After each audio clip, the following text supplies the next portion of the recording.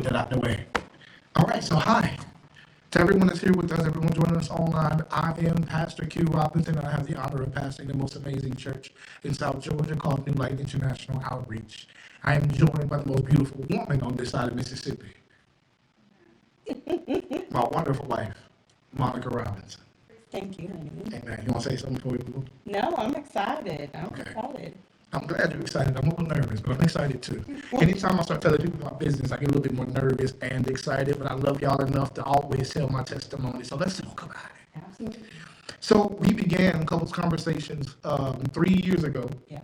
in 2022 when we had the same type of pull about relationship, and we wanted to make sure that we were intentional about discussing the relationship woes and connecting that to ministry and Christianity, because oftentimes we separate those things out, and that's why we usually don't succeed. Like, God created relationship, not anybody else. God created the thing that you love to do, not Trey Songz.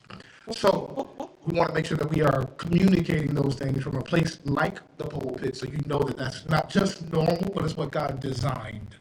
And God has blessed us to be able to counsel different couples and have just a bunch of different conversations that helped us get to the root of some different issues and some different problems when it came to relationships and expectations. And what we've learned is the difference between divorce and happily ever after is usually just a couple conversations. And that's where the name of this came from. Hey, that's where the name of this came from. Where we learned that if we can open up difficult spaces and difficult communication, a couple conversations can save your marriage, save your relationship, whether it be with a spouse, with a family member. A couple conversations changes everything. So that's what we want to do tonight. Okay? Yeah. Go ahead, baby. No, I just want to say too, and not just for couples, not just being, in a relationship, but in your singleness, even when you're, like Pastor said, your friendships, co-workerships, all the situationships, in order to get clarity and in order to get order, because I think that's what happens when you have conversation. You have to speak about it. You got to talk about it, and sometimes it's hard. Yes. It's hard, but necessary. So I think the Bible is not just concerned with marriage or singleness or friendship. The Lord's concerned with all of it, and it applies. Yeah. Yeah. So what we want to do is start by making that connection, like I said. So as we begin to make that connection, I think the first thing that we have to answer is, why is it important for God to be a part of your relationship? Yeah. Why does it matter if God is a part of the way that I do relationship? Is there anybody that want to help me that's already here? Anybody want to help answer why it's important to make God a part of your relationship? No, it's not. Don't be shy. It's okay. Because we want to create a discussion. Yes, I can lecture y'all. Y'all listen to me lecture y'all every Sunday. I don't mind. But I want to make sure that we get a mic, Apostle. Right there.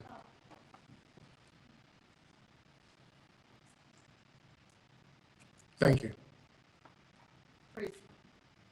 Praise God. This is just me. I think it's important to make God a part of the relationship, because it's going to get hard. Your relationship, your commitment is not a walk in the park. It's going to get difficult. It's going to get trying. And you got to make sure that that's what God set up for you. Yeah. Because God does not change. People change. And God's the same. So God already knew what was going to, transpire before you said yes. Yeah. So if you put God in the center of it, it's going to work out. But it's not, like I said, it's not a walk in the park. It gets real hard. Yeah. Amen. Dealing with somebody else's stuff. Yeah. Yeah. And they're dealing with yours. Yep. The truth be told, a lot of times, like, I don't like your ways, and it's like, okay, I don't like yours either. But Yeah. when you know that that's what God had for you, then you'll pray and stick it out. Amen. So it's good to make sure that God is in it. Okay. Okay. Praise God. Thank you, Apostle. Thank you so much. It is that important. I think the thing that we have to ask ourselves is, if I'm Christian, why would I want to be in anything that God isn't? Yeah. Like, if I'm saved and delivered and I'm chasing after God, I'm walking with God, why would I want to be in anything that God is not in? Especially something as intimate as a relationship. Why would I want to open myself up to any type of connection with a person that is that serious, that intimate, that drawing of my life and my energy, and God not be a part of that? Like, yes, there's some biblical principle and reasoning for it. But I just mean in the mind of regular people. Like, yeah, we can be real, real deep, real theological, but it's just in your mind, in a way that you can accept it and receive it. Why would you chase after any relationship that had no glue? Yeah. Like, there was nothing that was bonding it together. And it's almost like we have to make a decision about us. And to make a decision about us or myself, I have to accept that I want God in my life. And if I want God in my life, He has to be in my relationship. I like I like that. I want to add on that I think I can give maybe the woman's perspective. Now I want to not claiming I'm speaking for all women. Stop it. I'm gonna give it that generality. Come on. But as women, we crave stability. We want to be safe. We almost need a guarantee, and the only way to get that in relationship is with Christ. He's the only thing, like Apostle was saying too, is the only thing that doesn't change. So any stability that you want in your relationship, it can't come from y'all, because y'all are unstable. Y'all two unstable people trying to come together into one. Amen. And so to expect stability out of just the flesh, just out of the human interaction is not wise. We would say somebody was crazy for that. You want to take two unstable things, make it stable? I don't think that the math ain't mathing. Come on. And so the only way that would work is to have something stable in your marriage. Yeah. The only thing that's stable is Christ. Yeah. Thank you. And that's real Bible-y. I appreciate my wife. It is. But if I can be honest, I think you touched on something amazing I want us to step into slightly. Yeah. Security. Yes. And I think the question has to be, why is security important? Or how important is security? Yeah. How important is it to feel secure in whatever your relationship situation is? Like, how important is it to feel secure? And I think over the consensus of conversations that we've had, security is pretty high, right? Like, knowing that I can trust you is pretty high on the totem pole. I can accept that you might not be able to put me in a 5-star mansion house. Right. If I can trust you, right? Now, if you want me in the box and I can't trust you, we might have to have a different conversation. Yeah. But I think security is so important that it has to be something that we deem at the beginning of the conversation. So much so that anytime that we're in relationship, anytime that we're in interaction, or going out on dates and getting to know a person, when we're going out on dates and getting to know a person, is security part of the conversation? Right. I don't think so. You don't? I don't Okay. think so. That's what it's actually work. Does it work? Sometimes. Apostle said we ask where they work. But I think the date itself usually is representative of what type of security can be provided. Okay. Yeah. So, a couple of years ago, there was this thing that went viral online where it was a wonderful young woman who went on a date with this wonderful young man, and he took her to the Cheesecake Factory. And she expressed that she wasn't a Cheesecake Factory type of woman. Yeah. And the whole internet exploded because she set a boundary of expectation. Right. And I think that a lot of us felt the type of way because we ain't got no problem with Cheesecake Factory. A lot of us would like Cheesecake Factory on a date, especially your first date. What I accept and the direction that I move is wherever you stand in expectation for a relationship, first, it is important to set boundaries. Yeah. And it's important to set boundaries in the beginning. It's important to know enough about yourself to say, well, self, we've made a decision.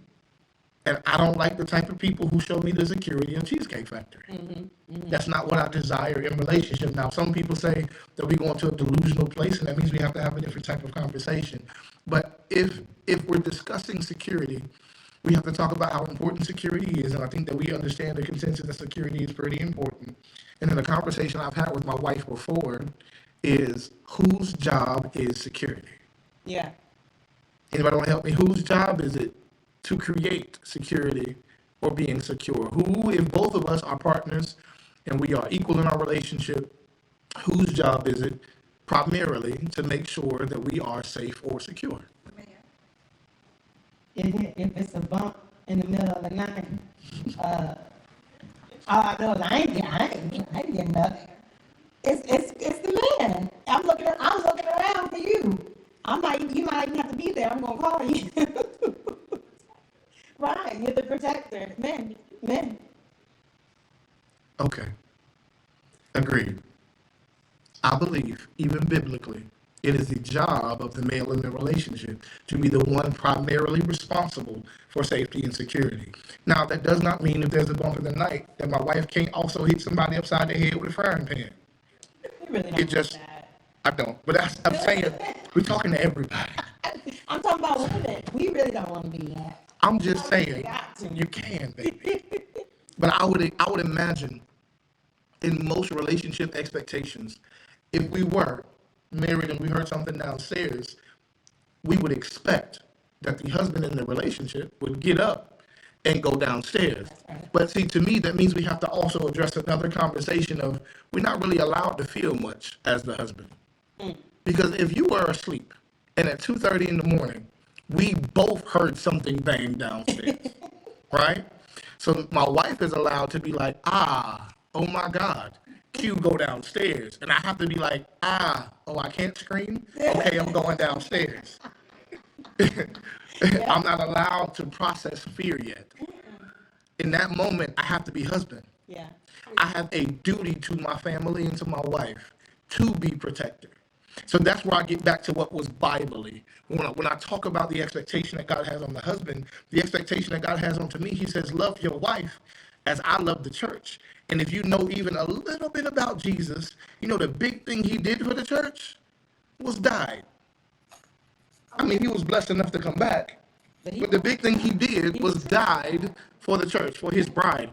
So as the husband, sometimes we have to learn how to have the type of emotional durability, stability, and control to be able to decide when we express what needs to be expressed because we have a duty.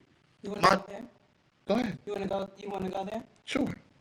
But our duty is, in that moment, would be to protect our family. So we get up, you'd grab whatever golf club, baseball bat, or situation changer that you might have in your dresser, and you would go downstairs and you would neutralize the situation, right?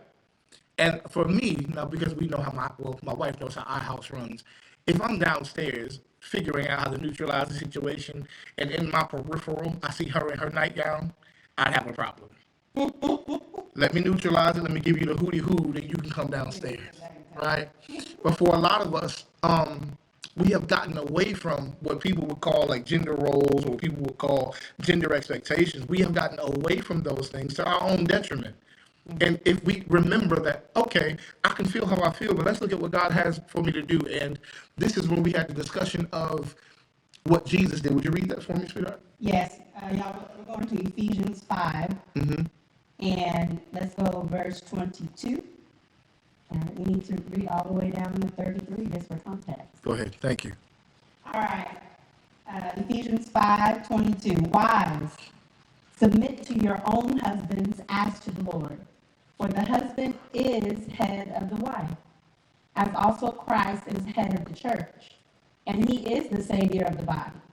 Therefore, just as the church is subject to Christ, so let the wives be to their own husbands in everything. Husbands, love your wives, just as Christ also loved the church and gave himself for her, that he might sanctify and cleanse her with the washing of water by the word, that he might present her to himself a glorious church, not having spot or wrinkle or any such thing, but that she should be holy and without blemish. So husbands ought to love their own wives as their own bodies. He who loves his wife loves himself. For no one ever hated his own flesh, but nourishes and cherishes it just as the Lord does the church. For we are members of his body, of his flesh, and of his bones. For this reason, a man shall leave his father and mother and be joined to his wife, and the two shall become one flesh. This is a great mystery, but I speak concerning Christ and the church. Nevertheless, let each one of you in particular so love his own wife as himself, and let the wife see that she respects her husband. That was a lot. It was a lot, actually. You flew by it. I thought you were going to take a couple breaks, and you decided not to. I wanted to get the full context out, and we can break it down. I'm going to let you go ahead. Okay.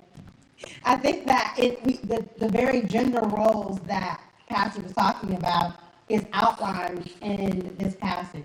And it really is summed up into duties.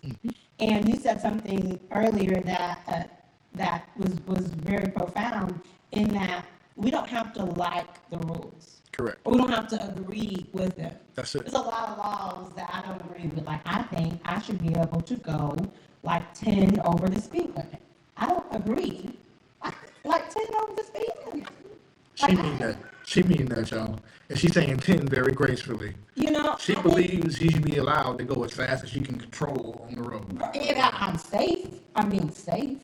But I mean, there's laws, all kind of things, rules at work, rules in all aspects of your life that you don't necessarily agree with, don't like maybe.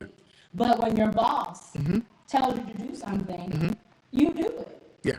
There's no, well, I feel like we should do something. You can feel yourself about your job, if you feel a certain way. And that's the approach that we have to have in even just the Word of God.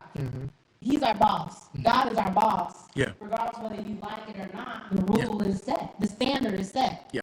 And so in this passage, we see that he gives each of us duties. And when you're in a job or in a role, anything you're in, everybody has to do their own part in order for it to work right. Correct.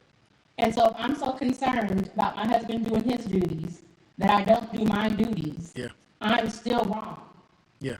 I'm still off. I'm still throwing off the equation. You going down the tunnel right now. Go ahead. No, you did it. I didn't do it. So I think that's a big marker in when relationships begin to have big problems. It's when I feel like you haven't done what I desire for you to do. So I am not going to give you what I know you desire from me. My duty. Like if there's a duty that I have to you because I feel like you haven't done what I desire for you to do, I'm going to withhold this from you. And it's in that we have to address what the duties mean and why they're so important. For example, if I was to suggest to every woman under the sound of my voice that because I was not happy with how my wife talked to me today, I get to go outside and act unmarried, I get cussed out by every woman in attendance.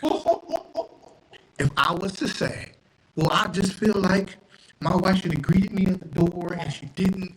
I feel like I've been working all day and she didn't take off my shoe. Whatever is your thing. I just feel like, you know what? You ain't doing the thing that I want you to do. I expect my wife to do. So I'm finna go to the gym, right? But I'm gonna go to the gym in the little shorts I got, that little shirt. I'm gonna put on all my jewelry. Right. I mean, whoever I see, bruh, is who I see. Because you ain't acting like a wife. Why do I need to act like a husband? Right? And we take that as almost we forget that I have a duty. And I talk to individuals, oftentimes God has given me the option of talking to them in the middle of the fire, like in the middle of the argument, and in the middle of whatever it is that blew up. Yeah. And I talk to the husbands primarily, my wife will talk to the wives. And I'm talking to the husband, I just don't want to deal with her, bro. I ain't got time. She can find a way home. I'm like, hey, I get you mad. You should be mad. You still have a duty. Go with your wife. I understand you upset. You should be upset. You still have a duty. Go take care of your wife. I only want to talk to her. Then don't talk. But go take care of your wife. Right. And that has to be the consensus of conversation for a relationship. There is no excuse for not doing your part. Right.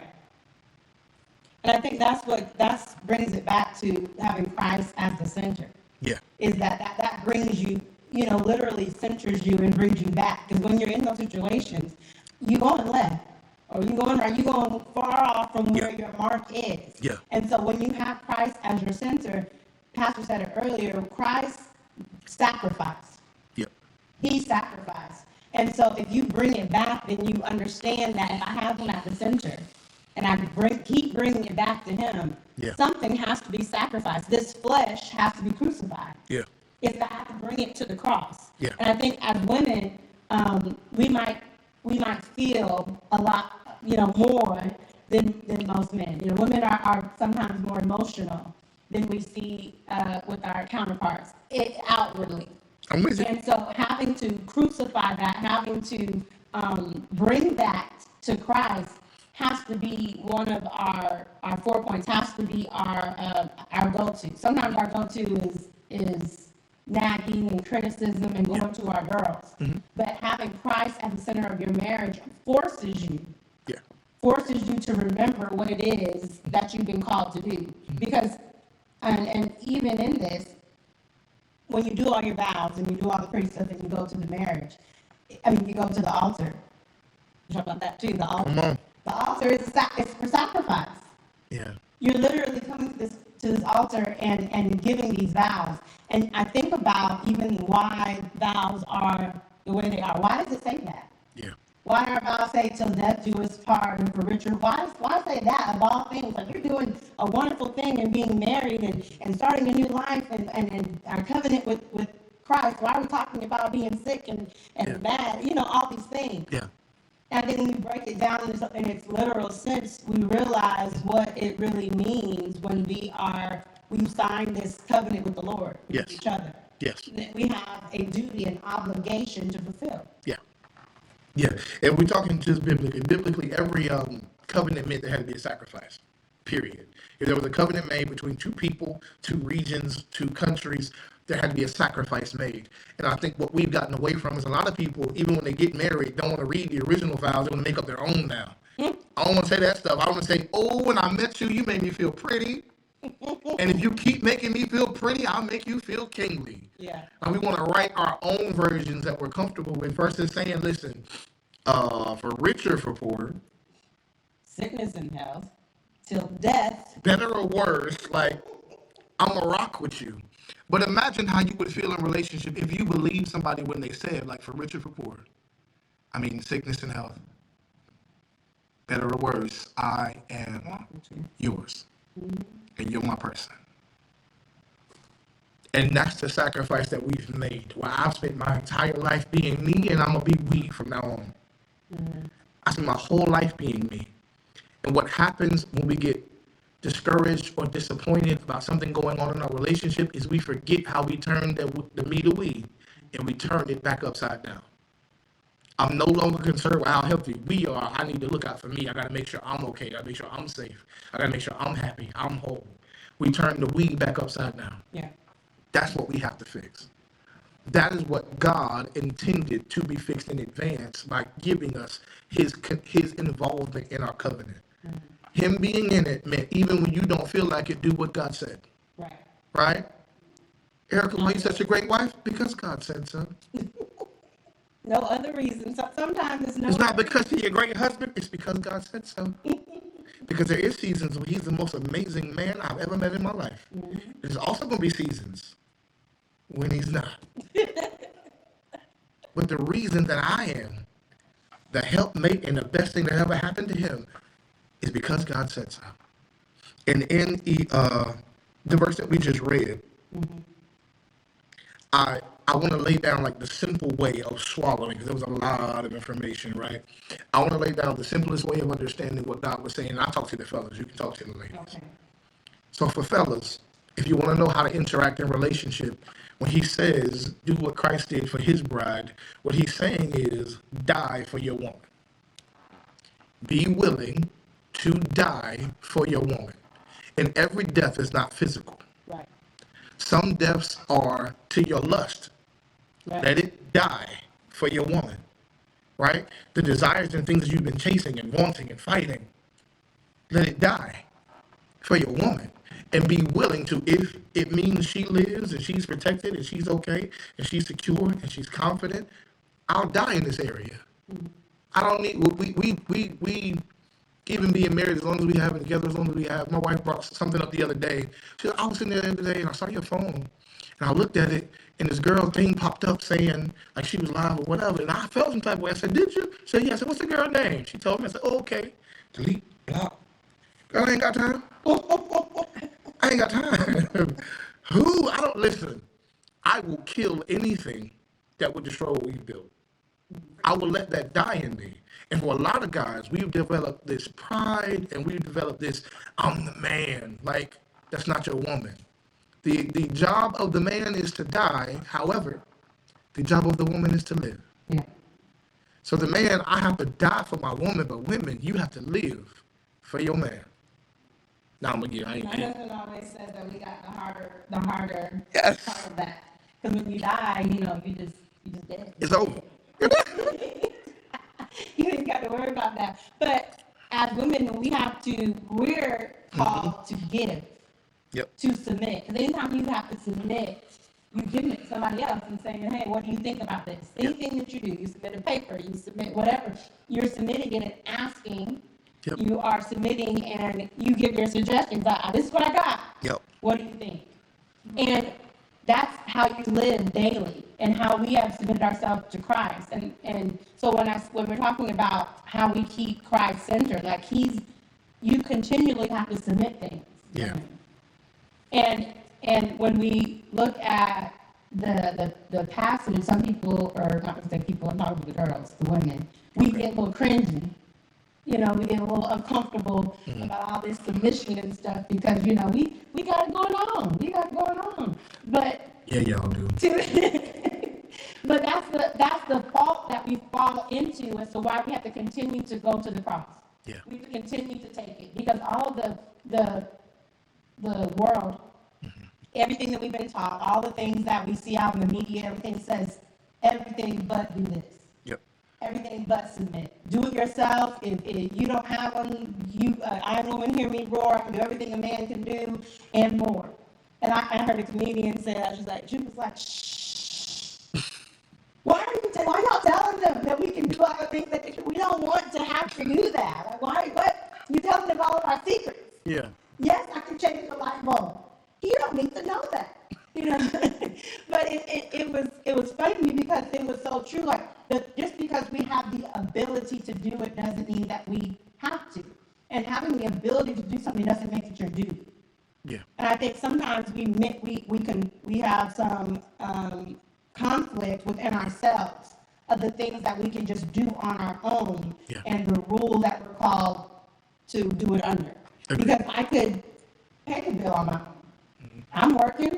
A lot of women are working now. I think they said something like maybe 38% of women even make more than their husbands. That's a whole nother issue. Yeah. But how do you submit yourself to the authority of your husband and to the Lord? Because the Lord has called you to submit to your husband. When we were going through my trial of submission, and for y'all that don't know, it took me how long have you been married? 8 years. It took me 8 years to get to be able to. I was today years old. I was today years old. No, it was very, very, very hard for me to grasp the concept of what the Lord wanted me to do. Yep. That He wanted me to listen and be obedient to Him. Yeah. And in my listening and being obedient to the Lord, my Savior, my husband is the benefactor because that's a rule that He's given me. Yeah. He's given me the duty, and a lot of times we don't like to take that accountability. You know, if I don't do what I'm supposed to do, then this thing is all mixed up, and it's on me. And for women, we have a hard time with that. I know I do. I have a hard time with taking that accountability. Like, it's not me, it's you, because you didn't do X, Y, and Z, Yeah. and because you're not, you didn't come home and help me with the dishes and stuff, and I work too. And I have all of these excuses and reasons why I wasn't doing my duty. Yeah. But then at the end of the day, the reasons why I'm not doing my duty still means I didn't do my duty. Yeah. And that was hard for me because I'm like, I got so much validation. Let me just, like, what do we have, and y'all gotta chime in. Listen, but they be valid though. I just want to be honest. I used to tell her when she said them. Valid. They be valid reasons. But go ahead. But we had a jury and a courthouse like in our head. And I'd be like, I got a whole jury I got to prove, okay, to prove my case. And so they can make the right judgment. And the jury is full of me's in my head. And so I would be trying to justify why I hadn't submitted to you because you were busy and you couldn't, and you didn't answer your phone when I called and I had to do it right away and all these other things. And none of that negated the fact that I did not do what I was supposed to do. Yeah. And so when it comes to us, when we're talking about having to live for our husbands and having to be actively aware of what we're doing, it's every day. It's an everyday, I'm going to say mindset. It's not like a one and done. So I think every day we get to you make a decision, and it's just like our relationship with Christ. You know, I said earlier, we're talking about marriage, we're talking about relationship, that intimacy that you have with someone that you love. Yeah. And we love the Lord. We love the Lord Jesus Christ. Every day we make the decision Yeah. to love him right, to try to love him right. We do our best. And by loving him, that's us trying to live outside of sin, trying to crucify this flesh and do what it is that he wants us to do. And it's the same thing with our marriage. We're crucifying our flesh. My flesh tells me, I do what I want to do. I'm a grown woman. I'm grown. I'm got umpteen kids and Makes sense. all the things. Yes. But the Lord calls us to crucify that because that's not what he calls us to do. That's the opposite of what he tells us. So I'm gonna be honest. This is a little violent, but I used to say, listen, if you don't want to be a wife, don't. It's true. Because no one has forced you into marriage. Yeah. And if you don't want to be what we talk about like life is, that's okay. After or before Chill. the 20s. Chill. Chill. Yeah, I might have some shots. Now you went dark. I ain't go that dark. But we would navigate that conversation, and thankfully that's our next topic is communication. Yeah. But we would navigate that conversation. I think the way to make that simple and applicable would be like, y'all know here in the country, we believe a little bit more in chivalry than in other places. So like, if I'm going to the gas station and it's a woman walking like in front of me, I will like quicken my spirit to get in front of her so that I can open the door, right?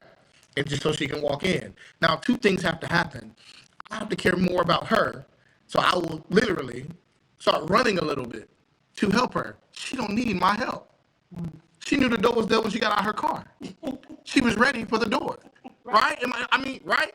But in me, because of the way that I am and the way that I was raised and the way that God has instilled things in me, I will quicken to get in front of her and open the door. But for a lot of women, when they realize that that's what I'm doing, they'll slow down. It's the easiest tell for a submitted heart. Yeah. Because if she realizes, she'll see me in her peripheral. You know, women are alert. They be watching everybody. And I'll come try to get to the door, and she'll slow down, and then they'll do this. And let me open the door. And I'm like, thank you. She's like, no, thank you. I'm like, have a good one. That's it. We're good. But that's a simple, applicable way where both of us had to do something of sacrifice. Yeah. I had to be like, if something's on the door, if the door is broken, or if the door is heavy, or whatever, it's more of a concern to me to do it for you so that you don't have to.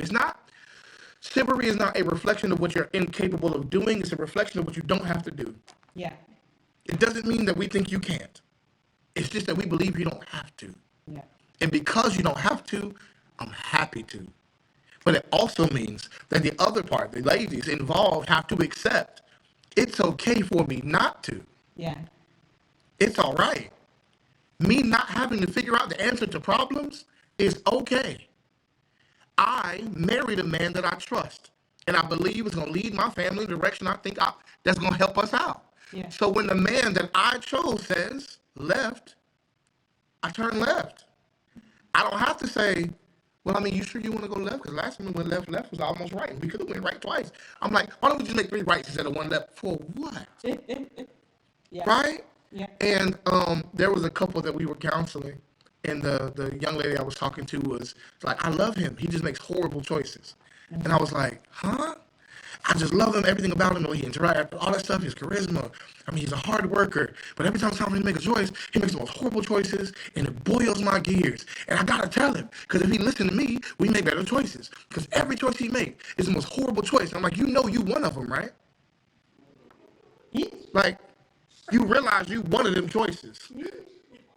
And then she was, I was like, uh-huh, take a second. Let it marinate. Anyway, go ahead. I just wanted to jump in when you gave the example of going to get the door, and the wife or the woman, because she wasn't by. It's my name. Come on. Well, jelly. No. My wife will stand at the door. I do that. I can be still parking the car. But I love that. I love what it says to her. And I love what it says to every other woman in the building. Yeah. And every other man in the building. Because when my wife stops at the door and waits for me to come open the door, I walk in and dudes will be like, bruh, I'm like, yeah, I know, man. I got a good one. I know that hey, what you want me to do? Like, it speaks to everybody about the reflection of our life. I ain't mean to cut you off. No, I was saying that because that's a good visual representation of what it means to submit. Correct. Is the yielding. Mm-hmm. It's just pausing and enough time Mm-hmm. to allow your husband to take it. Because you know where you're going, you know you're going to the door, you know you're going, you know what direction you need to go. Yeah. But yielding that over and allowing your husband to take that decision, allowing him to move, and you then lining up, because submission is lining up. It's a line up underneath. Yeah. And so sometimes I think that's a good, just a good visual, because we can sometimes get ahead of our husbands. Mm-hmm. We get ahead of the relationship, and to realize that, and then to yield that. Yeah. And something that we have to yield and realize before he gets it, before don't put your hand on the door. Uh-oh. And I think that was something that was hard for me, is because just like my husband was saying, is that when we're going wherever we're going, me knowing where we're going almost made me feel like as if I could just do that. I could just go by myself, because I know where we're going. I know the direction. I'm smart. I can make it. I can do it myself. Come on. Submitting does not mean that I'm less or not as smart or I don't know what we're doing. It's that I'm allowing someone else to get in front of me. I'm allowing someone else, or allowing myself to submit my own thoughts to my husband. Yeah. And I think that society has diminished that Yeah. and made it feel like, well, if you're not leading, then you're less than. Yeah. And that's in all different avenues. So much so, it's so hard to find people that will just serve, Yes. that will just help. Yes. Everybody has to be in the forefront. And whatever, different events and things that we run or we do, it's like you can't find anyone to just help. Everybody has to be doing it themselves. Everybody has to be leading it themselves. Yeah. They don't like it, they'll start a new church. I don't like it, I'll start a new podcast. And we have almost glorified that. Yeah. And in marriage, that is the surest way to destruction. Yes. And at your own hands, as women, talking to women, Okay. at your own hands, you will single-handedly destroy your union because you're outside of God's design. Yeah. Automatically defaulted. It's like, again, I'm going back to the covenant and the contract. Come on. You automatically default that thing when you don't uphold your terms. Mm-hmm. When you don't do what it is you're supposed to do, that means that this covenant is null, it's void. Yeah. And if we continue to, I guess, demonize the marriage structure, we're not going to see it be fruitful. We're not going to see it be effective. We're going to see it die. Correct. I also want to give a bit of we gotta step into communication, baby. I want to give a bit of a, I guess, behind the veil view of what I've learned for the way that we learn things between men and women. So what I say is women learn when they read, men learn when they bleed. Okay? I'll say it again. Yeah. Women learn when they read, men learn when they bleed. So usually for women, if I have seen this scenario before, I've learned the outcome of the scenario, even if it wasn't me in the situation. Yeah. I watched enough people, I've talked to enough friends, I've read enough, I've seen if these two things happen, this is possibly the outcome, right? So women will learn from reading. And because women learn from reading, they expect that their husbands will know, I've read about this. So I'm giving you the best information because I know, I've read. Mm-hmm. And the husband is like, but I don't know. Mm-hmm. And you don't know because we didn't do that. And she's like, no, I saw both of my friends did it and this woman online. And he's like, but we didn't. So you don't know. Because men learn from bleeding, from the experience. So I think that you do your husband a disservice when you shield him from the experience. Mm. We need to bleed. Yeah. Sometimes we need to fail. Yeah. Because if you let me fail, I will never fail in this area again. Yeah. But if you keep stopping me from failing, you keep shifting me from failing, you keep stopping me from learning what I need to learn from bleeding, I won't be good at it. And then we've been married for 5 years, and you're trying to figure out why I'm not good at it. Yeah. We've been doing this for 5 years. Why you still don't? Because I've never been, you ain't never let me bleed. You got to let me feel it. Let me sit with my failure. Yeah. Let me feel it. Okay, I made the wrong decision. And I'm responsible for you because I'm your husband. So my wrong decision broke me and you. You know how much heavier that is to a guy? Than you just being like, no, baby, I got the answer. And you're probably right. Yeah. Now, men who've been married for a little while, in relationship for a little while, we get smart enough to know she's probably right. We learn, hey man, like 9 times out of 10, she got the answer. I still got to do my part, but biblically, what God has said is the reason that we get favored when we find a wife, and she is a good thing, and she is a helpmate, is because she is the wisdom embodied of the Spirit. Women have discernment. They have just a spiritual wherewithal and understanding, even if they don't have a relationship with God. Because it's something that God gave women. He didn't even just give it to Christian women. Women have discernment just because they women. Yeah. It's one of the gifts that God gave you. So I think what we have to do is learn each other's, I want to say love language because that's a little 5 things. It's not what I want.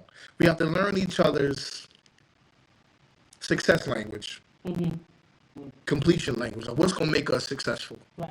What does it benefit us to talk for 2 hours, loud or soft, and the outcome still not be apparent, not be obvious? Yeah. It is better for me to let you feel what you need to feel in 1 hour, and then we got the right answer. Yeah. So I think that that's where we get a rift in communication because we communicate differently. Yes. We receive differently. We see the world differently. And the biggest hurdle is for some reason, even though we are one, I'll say blue, she'll say red. And I think that we need to argue about it. Instead of saying, well, blue and red make purple. And it's your favorite color? High five. Like, I gotta be right, and I gotta be the man, and I gotta know, do what I say. Like, for what? And it's so much easier to lead softly. Yeah. And in the time that we've been married, I've learned to lead softly. I've learned that I've proven myself enough. Yeah. And if I give my wife the opportunity to remember what she's read about our relationship, we'll be good. I sometimes have to remind her of what she read. Yeah. But I'm like, sweetheart, remember last time we had this type of situation, this is what happened? So, oh, it is. I'm like, okay. So you want me to go ahead and do that, or you rather let's just figure it out? She's like, oh no, yeah, you're right.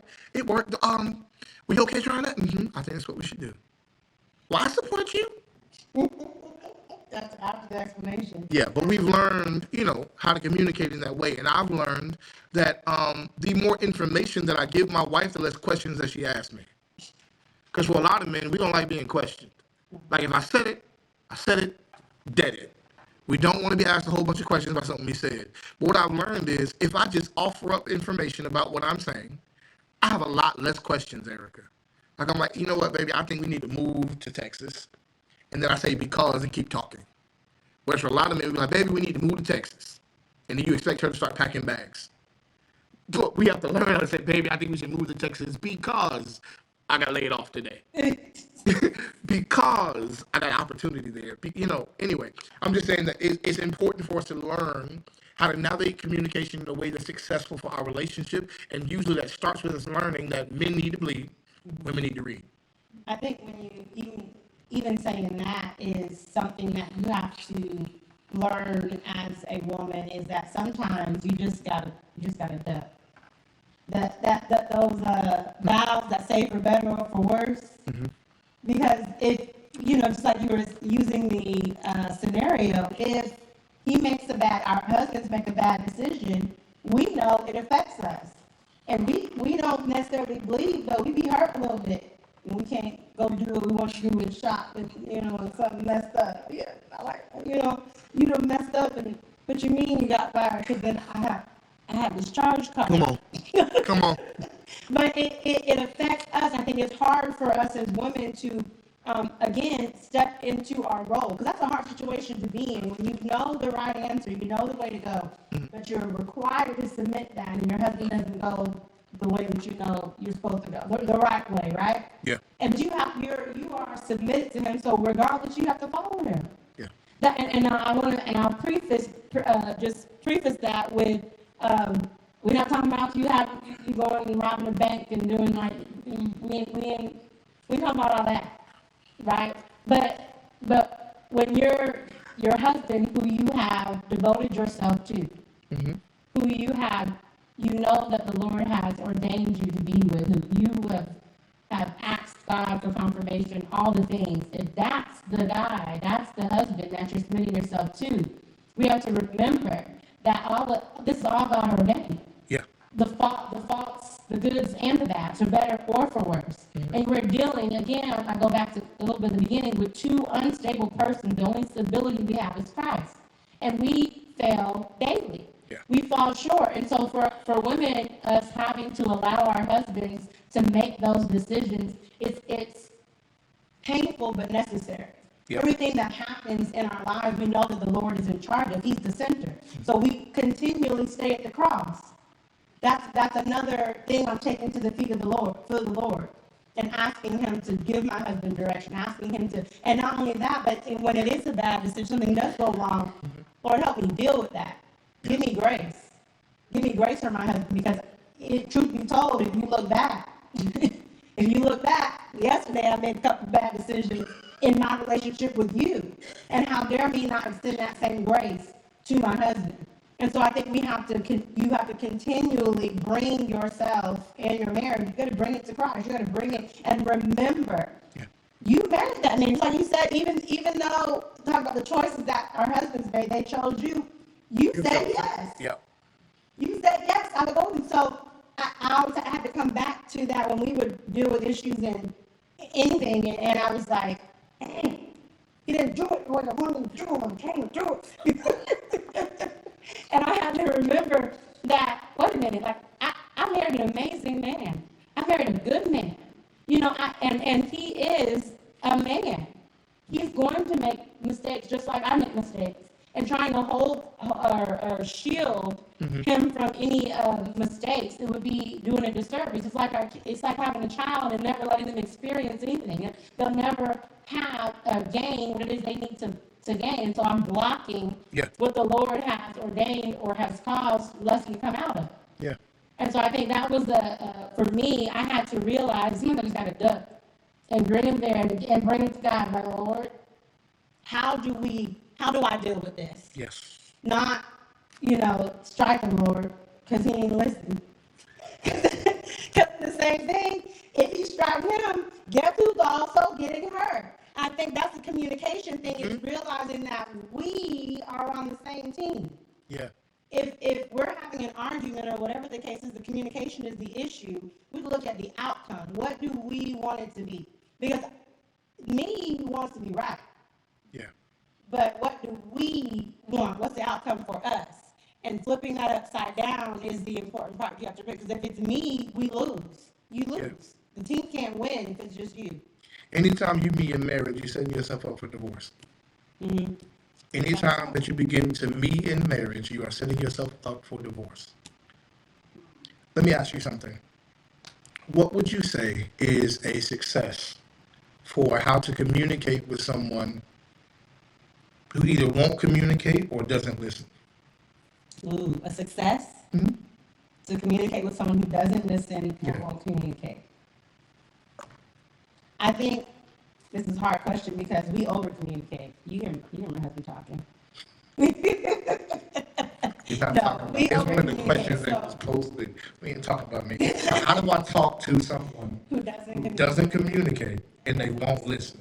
I think when it comes to communicating with someone who is not a communicator, you have to work on almost their terms.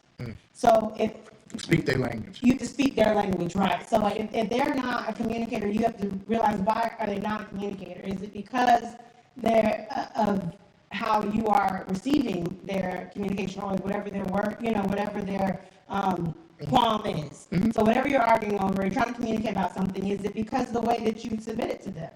Or are you not submitting it to them? I think you have to get down to why it is you shut off. Yeah. So a lot of the times it's because you have not shown the respect that's needed in the communication. Yeah. Especially as women. When you communicate, are you communicating to just talk, or are you actually trying to listen? And I think when you have someone who has that personality that is like the Dead Sea, they just don't like to talk about anything. I think they're thinkers. more than anything. Yeah. And so allowing them the space and opportunity that they need without you being in their face and asking them, and I'm talking to women because that be us most of the time, is without you God, being- sometime. Yeah, sometimes, but mainly it's us. It's us. But Pastor Drew, let me say something real quick. It's interesting you talk about communication. I just had to do an in-service at work, and we talked about effective listening. And this is the notes I took. It says communication starts at birth, and it's refined over the span of a lifetime. And it said we have had a lifetime of casual conversations that don't require intentional listening, and critical thinking has led to poor listening habits. Wow. That's what, are you talking to talk, I mean, are you listening to just talk, or are you listening to actually hear what they're trying to tell you? Agreed. Or are you just trying to get your point across? That's it. But typically when somebody is a dead sea, because you haven't given them the opportunity to communicate the way that they need to you. Mm-hmm. You have been communicating to get your point across, and then that there's no listening. So communication is two-way. And so you deaded that. If you cut off one of those and just listening, there's no point communicating. That's typically what I think happens in that situation. Scenario wise, I agree. But I want to give people a nugget, right? I want to give people how do you navigate that successfully? And if I can be simple, the best way to navigate that situation is to be the quieter person. Yeah. That's the best way to navigate the situation. Yes. If they have an issue with talking, they have an issue with communicating, an issue with listening, be the quieter person. That's it. But you have to be willing to lose. Yeah. And for a lot of us, we are not willing to lose the command of the conversation to prove I got some good ground. I was just about to prove my point. But be quiet. And that's for men and for women. Yeah. We have to be willing to be the quieter person. Anytime we don't really argue like traditional arguments no more. We used to back in the day. But we don't argue like that. God has given us both the eloquency to be able to communicate what we feel. Yeah. So our arguments sound like this. No, baby, I get how you feel. I shouldn't have. But let's talk about conclusion. Yeah. Because what I've taught her is what is the outcome that we want of this situation. Yeah. Right? So I did some stuff made you mad. You did some stuff made me mad. You know I'm sorry. I ain't mean none of it, because I hate to see you upset. I ain't mean none of that. I apologize. That's what you need to hear. But what do you need from me so we can get to this conclusion? Right. And for a lot of us, we rather just argue than discuss conclusion. Because conclusion might mean accountability, and I got to do something. Yeah. And I wasn't even wrong. Right. So why I got to do something? But the objective is not to be right. Because what does it matter for you to be right and be single then? Yeah. Yeah, I'm right. And you alone now. Right. So men, we say that we have learned the yes dear. But the yes dear don't work no more. I'm just being, it's a different generation of people. Yes dear don't work. Now you got to have a yes dear in your spirit. Yes. But that can't be what come out your mouth. Right. Out your mouth, you got to say, sweetheart, tell me what you're feeling. Because what I want to do is make sure you never feel like that again. Imagine, ladies, if your man talked to you like, baby, I'm so sorry, I never want you to feel that again. Tell me what you're feeling so I can make sure nothing I do or say ever puts that back in you. Then let me tell you. Let me tell you. But my point is, that is the man being intentionally the quieter person. Because usually that shutdown comes from feeling attacked. Right. People not talking, not communicating, or whatever, is because whatever's going on, I feel attacked. Yeah. And if I feel attacked, I got my shield up. I ain't got nothing to say. Yeah. My shield up. I ain't got nothing to say to you, not right now. And we say, well, okay, well, we're going to leave then and come back and talk about it in 2 hours. You're going to be just as mad in 2 hours as soon as we start back talking. So I would say, as a nugget of success, is to intentionally be the quieter person. I like that. Yeah. I think that's also allows you the time to reflect. Mm-hmm. When you have an outcome-based approach to communication, like remember why are we having this conversation? Yeah. Because I want X, Y, and Z. All the other things that are in between there are the aggravators. Yeah. And the acute accusations and all those things, they only cause you to be on the defense. And how are you defensive or on defense on the same team? And you will never win. You're playing against yourself the whole time. That's it. And so we have to figure that out. And sometimes I won't see my husband say, okay, well, we're going in circles. What is it that we want? What do you want? What do you want to happen? Yeah. And it causes me to pause. I'm like, what do you want to happen? Because I really don't want it to, I have a vent session, but it's not a vent session. What do I want? I want an outcome. I actually want you to wash the dishes more, like 2 times a week. Right? And getting to the core of that, I'm gonna do it 3. You can't stop me. but getting to the core of that is what makes it a win. Yeah. If you stay on the surface and all we're doing is arguing about the aggravators that aren't even really the problem, Yeah. we continue to go into the cycle. This crazy cycle where I'm not doing what he wants to do, you don't want me, he's not doing what I want to do, and we just keep doing round and round. Yeah. Until somebody says, wait, what are we doing? What is the win Yeah. for us, not for me or for him? And when you can attack any problem as it's us against the problem, it's Yeah. us against the enemy, you realize you're not enemies Yeah. against each other. We are attacking the enemy, the accuser of the brethren. Because even when you get into all the back and forth, it sounds, that's Satan. Yeah. He is telling you everything that you did wrong. Who does that? Telling you all the way you disappointed me, all the things that made me mad, and that sounds like the accuser of the brethren. So remembering who the actual enemy is will put you back in perspective. It puts that back in your mind as to, wait a minute, hold on, Satan, you showing your hand. Because if I love this man, why am I pointing out everything that he's done against me and wrong? It's again, I'm kind of going to the relationship that we have with Christ. He's not telling us everything that we did wrong. He's offering us grace and mercy for all the things that we've done. The person that accuses us and makes us feel bad and guilty is Satan. Yeah. And so reflect that in your marriage. He gives you the mirror of your marriage with your husband being a reflection of Christ and his church. He ain't doing that to us. I love that you gave them some of our business in the way that we communicate. What I often say to people is that you have to shift your view even of arguments. Because a lot of people argue to decide if they're staying together. You have to begin to argue because you're staying together. Right. So it's not, I'm arguing because I need to figure out if you for me. I'm arguing. I need to figure out if this still working. No. If we get into an argument, I'm arguing because we're going to be together. Right. And we can't be together like this. So let's figure out what needs to happen at the end of this argument for us to be healthy together, to be happy together. Not, you're going to have to show me, because then you get to trying to outprove each other and out-submit each other. And Now the competition yes. in your marriage. And there's no success in any competition within the marriage, because to compete, you cannot be on the same team. Yes. If you are competing in any arena of your relationship, you have to be at odds.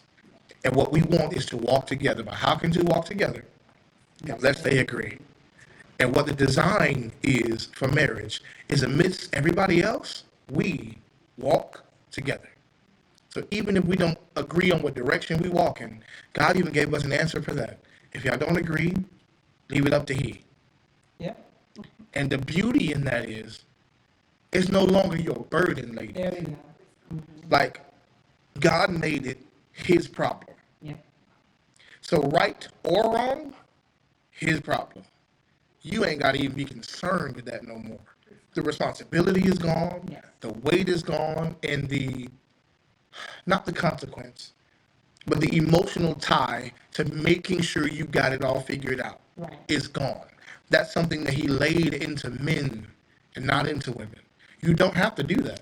Yeah. That's, I believe, why He gave y'all His emotions and just gave us His authority. Because the reason I reach out to my wife before making decisions is because I know that she can see things better than me. Because she can see things better than me, I need her to give me every angle of sight. I need her to give me the insight to the situation. Because I can take all that information and not feel anything and make the best decision. And the reason that we've learned that, unfortunately, my wife can't make that choice is because when she get information and insight, she feels some type of way. Yeah. And I'm going to act on how I feel. And I'm like, I'm not. I don't really feel no type of way, but thank you for all the information. Now, the best thing to lead us to what we want is this. So this is what we're doing. And early in our marriage, you go, well, I get why you're saying that, but I just don't feel like they deserve us being nice. They were horrible. I don't want to tip them. I'm like, well, baby, Them being good or bad don't change that I'm a good tipper. Imagine she noticed she was a horrible waitress, and I'm gonna give her a $40 tip, and she gonna know she ain't deserving a $40 tip, and for the rest of her shift, she gonna be like, dang it, I'm gonna be better than people. That's it. But we have the ability and the wherewithal to walk in the authority of God and make decisions unemotionally. And he gave us women to be our helpmates and operate and navigate all of the emotions that God has. Because if we make the decisions without having the woman, we usually make the wrong decision. So the symbioticness of what God put together is almost like he saw us and he was like, dang it, it is not good for these men to be alone. I have to give them something that's going to be the best complement to everything that's already. I have to give them something that's going to be the best answer to every question they don't know to ask. And that's why when he made woman, he made nothing else. He outdid himself. He made women so beautiful that the third angels left heaven for them. Y'all thought he left for loose, they didn't leave for losing what the Bible said they left. They're going to sleep with the daughters of men. Women were so amazingly put together, mentally, psychologically, emotionally, and of course in appearance, that everything that lives and breathes desires woman. But what we've done is made men feel like they are the ones now that should be desired. They are the ones now that should be chased. And that is why we are living and talking in a society where 70% of marriages get divorced and 64% of Christian marriages get divorced. And I'm like, it boggles my mind that you would go through everything that it takes to date and to court and to get to know and to overcome and to sacrifice and to go to the wedding and go through the year that that takes and deal with the in-laws, everything that you did to sacrifice for this relationship. And then now, because they don't wash the dishes, because they don't give it up on Tuesdays, because they're like, whatever the it is, I don't care. I throw all that away. I'm like, what? When usually the answer is just a couple conversations. Yeah. The difference is like, I don't like this. And I have to find a way to tell you that. This makes me uncomfortable. And I have to find a way to tell you that. I need this from you because when I don't get this from you, this is what that says to me. And with most situations, if you tell a partner that cares about you, that that's where you are, they want to answer that in you. Yeah. We got time. I'm gonna let you have it. Close this out. I want to touch on what you said about the freedom that comes in that surrenderance and being able to submit that the weight that's on your shoulder when you know that you have the responsibility of a decision, the outcome of a decision, is so heavy. Yeah. And God did not design us to be the stronger vessel, to be able to carry those weights and the burdens. And so being able to have the freedom to submit it to your husband, I think it's a different perspective and way to look at it, as looking at that as a freedom. Like Pastor said earlier, it's not on me. And not that you're relieved of consequences, but that you know that the Lord, you are doing your part. Your accountability, the part that you have to do, I did my part. In the team project, we good, you know? And so when you submit that over to your Father, he sees you. He sees that and he knows that. Yeah. And so the comfort that we take, again, is that our marriage is centered in Christ. I got somebody that I can go to. And as women, we have to remember that it's not just a two-way or two-party contract. It's a three-party contract. It's a third person that is involved in your marriage, and that's a stability. And so with the surrender that you give, or the submission that you have, realize that's a freedom that you've been afforded to as a woman. Come on. That allows you to not have to have the callous back and the hard decisions that would make you be anything other than what God designed you to be, which is the weaker vessel, which is the softer one. Why you got time to be stronger than your husband? You know, he didn't design us that way. And I think that's the simple answer, is that why submit? Why do all this? Why communicate? Because that's God's design. Yeah. And if it's his design, we know that everything that he made is good and perfect. Yeah. I love you. I love you. Okay. Is there any questions that anybody has or anything that anybody wants to add before we're ready to close for tonight? No? It was a lot. I thought it was a lot. Maybe it wasn't a lot to them. They're like, no, of course, Q, I did. You know. No problem. Okay. The only other thing that I would submit is because I know we're going to go in a different direction next week. A lot of people that I've talked to have an issue not being the one in control of the situation or outcome. So to my ladies, what I want to submit to you is, if you get into a relationship with a man who loves you, you do control him submissively. As soon as you say to a man who loves you, okay, baby, whatever you think. Now, I will say, I think doing that is going to put me in a bad situation. But what you mean, baby? Bad situation? What happened? In your submission, God has given you control. Yes. So don't feel like you don't have no voice no more, because that's what I hear. Like, I don't want to lose my voice. I don't want to lose my influence. I want you to know that you don't lose your voice. You just don't have to yell no more. More powerful. Your whisper is loud now. Because when you whisper to your man, I would really like to take a vacation this year.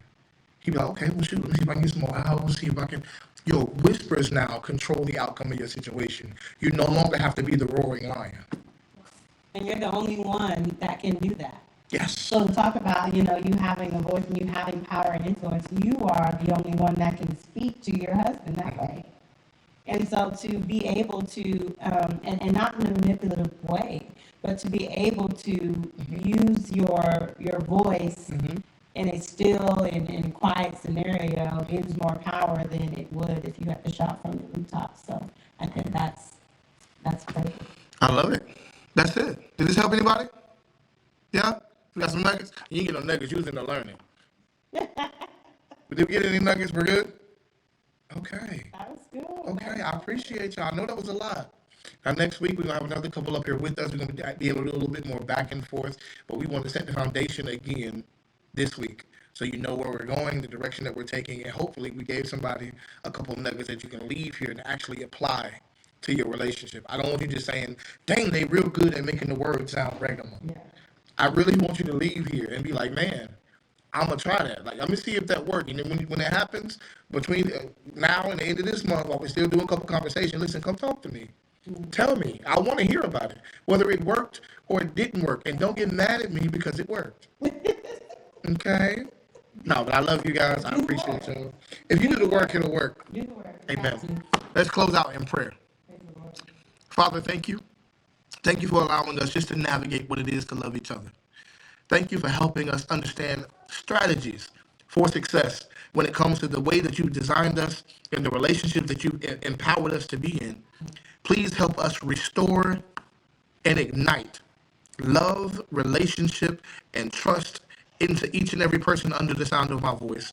Continue to help us assist people in taking steps forward in unity, in understanding, in trust, and in relationship. Thank you, we honor you, and we love you. In Jesus' name, amen.